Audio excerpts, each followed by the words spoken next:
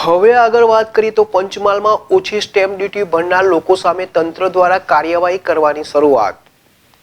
પંચમહાલ જિલ્લામાં ઓછી stamp duty ભરનાર 8,775 લોકોને 4.54 કરોડની રકમ ભરવાની નોટિસ અરજદારોને 3 નોટિસ આપવા છતાં રકમ ન ભરતા 3,500 લોકોની મિલકત પર બોજો દાખલ કરવામાં આવ્યો છે।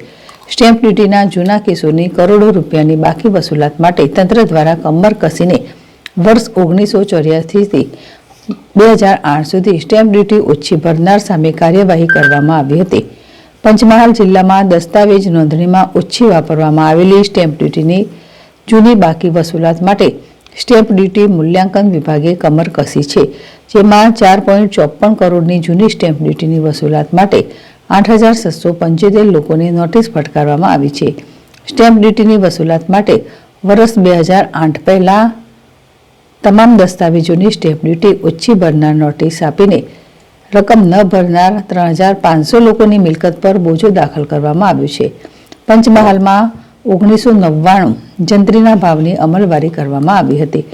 જંત્રીના ભાવ નાયબ કલેક્ટર દ્વારા નક્કી કરવામાં આવ્યા હતા, જ્યારે વર્ષ 1999 પહેલા નાયબ કલેક્ટર બજાર ભાવ નક્કી કરીને સ્ટેમ્પ ડ્યુટી નક્કી કર્યા છતાં દસ્તાવેજમાં મિલકતની કિંમત બજાર કિંમત કરતાં ઓછી દર્શાવી સ્ટેમ્પ ડ્યુટીની ચોરી કરવાના કિસ્સામાં મિલકતની બજાર કિંમત નક્કી કરી ખૂટતી સ્ટેમ્પ ડ્યુટી નહીં ભરીને દસ્તાવેજો કરીને સરકારની તિજોરીને નુકસાન કરતા હતા, જેથી પંચમહાલ સ્ટેમ્પ ડ્યુટી કલેક્ટર દ્વારા વર્ષ 1984 થી 2008 સુધીના દસ્તાવેજોની સ્ટેમ્પ ડ્યુટીની ચકાસણી કરવામાં આવી હતી।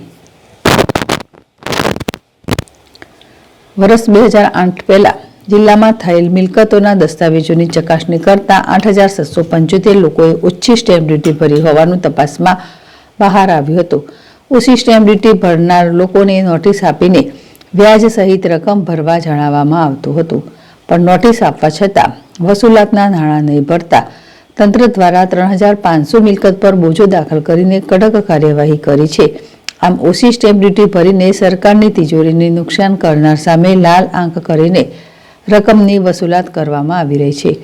મિલકતના માલિકને પુરાવા રજૂ કરવાની તક આપવામાં આવી છે, તેમ છતાં રકમ ના ભરે તો બાકીદારની પ્રોપર્ટી કાર્ડ કે 7/12માં બોજા તરીકે નોંધ કરવામાં આવશે, જે પછી પણ બાકી રકમ ભરવામાં નહીં આવે તો જપ્તી સુધીની કાર્યવાહી કરવામાં આવી છે। જિલ્લામાં 3,500 મિલકત પર બોજાની નોંધ દાખલ કરવામાં આવી છે।